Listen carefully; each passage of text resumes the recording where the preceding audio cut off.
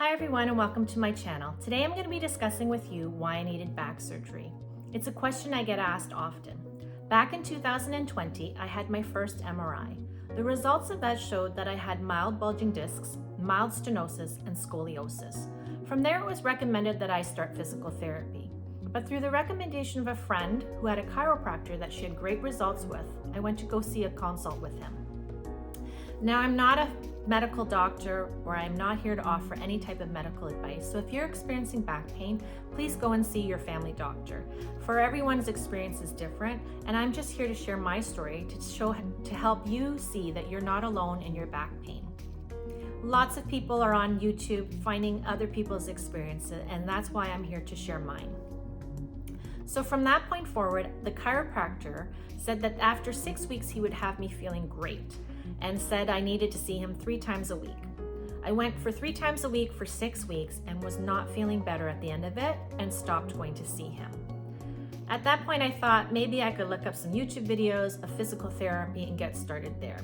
But I was experiencing some nerve pain and thought I really need to go see a real physical therapist. Unfortunately for me, it was the start of the pandemic, and that was during our first lockdown. Through social media, I was able to find this place. The reviews showed that there was a lady there that was in a car accident and was not able to walk, and this company was able to get her walking again. So I thought, if they can get her walking, they surely can help me with my back pain. But again, due to the pandemic, the offices were closed. Lucky for me, they were offering free Zoom calls and getting people started, new patients started, so that when the offices did open up, they were already started and in a better place. So I proceeded with Zoom calls, and the physical therapy sessions were great. They did help out. It's a slow process, so you don't see results right away. You do have to keep at it, and the longer and the better you do, the results you'll start to see them shortly. When I went to this company, I wasn't able to walk down to the end of my driveway without feeling nerve pain. And of course, I knew something was wrong. Through the Zoom videos, and then once the lockdown did open up, I was able to go in person. So I was with this company for 2 years. My pain level when I first started was a 10. And through the 2 years and going with the pandemic, things shut down quite often. I think it was 2 or 3 times in the 2 years that things shut down and the offices were closed again. So through the 2 years, it was kind of an up and down, but my pain level went from a 10 down to a 3, which I was quite excited about. I was starting to feel like this company is going to get me back to being normal again. Also, I must let you know that it wasn't just physical therapy. I never had acupuncture before, but at that point I was willing to try anything. So with the incorporation of acupuncture and physical therapy, my pain level went from a 10 to a 3. I was able to walk for 2.5-hour hikes, and I was feeling great.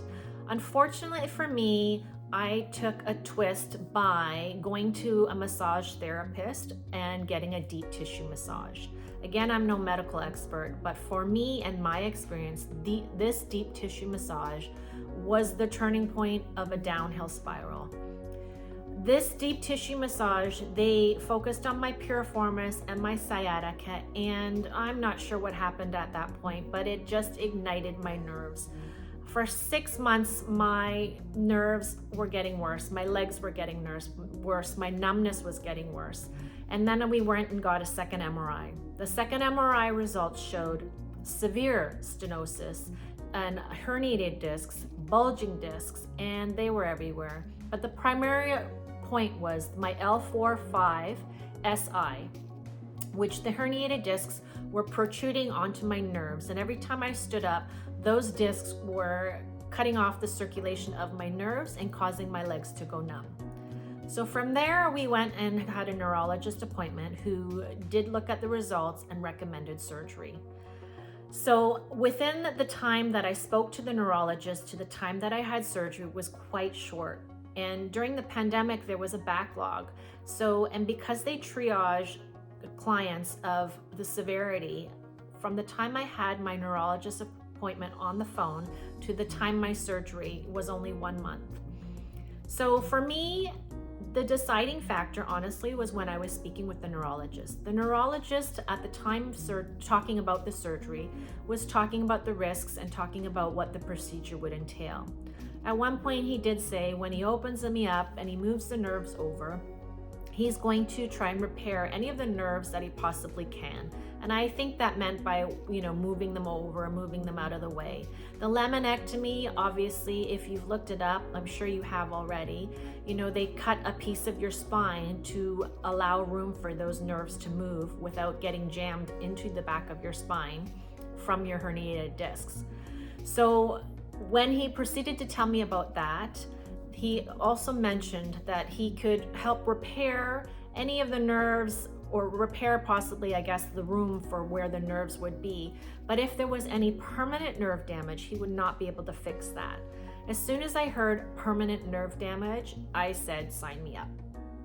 I was thinking from that point forward, if my condition started to get worse and there was more permanent damage, then it would not be fixable. And I was worried at that point. My legs were already going numb. I was experiencing drop foot, and I was tripping on stairs. I was tripping while I was walking. I was also experiencing numbness in my pelvic area. I had gone to see a pelvic floor therapist before the surgery recommendation, and she was wonderful and helped me strengthen up and probably help it get not as bad as it would have had I not seen her. So if you are thinking of seeing a pelvic floor therapist and you're not as bad as needing surgery, I highly recommend that. So again, I was starting to feel tingling and numbness starting in my pelvic region and thought, this is not good. So the deciding factors, honestly, were that if there was any more permanent nerve damage, then I could possibly cause something that was not fixable. And I was starting to get worse than better. So at that point, I decided I need to sign up and do surgery. Right now, I'm on week 9. And the reason I'm starting these videos now is because I'm at a place where I feel good enough to do the videos. I didn't want to do them, documenting how I felt along the way, because I wasn't feeling the best. And the upcoming videos will share with you how I felt in weeks 1 and 2, weeks 3 and 4, weeks 5 and 6, and weeks 7 and 8. Currently, I'm on week 9, and obviously I'm looking and feeling much better. So I hope you'll share the journey and you'll watch the other videos that are upcoming. Thanks for watching. See you soon. Bye.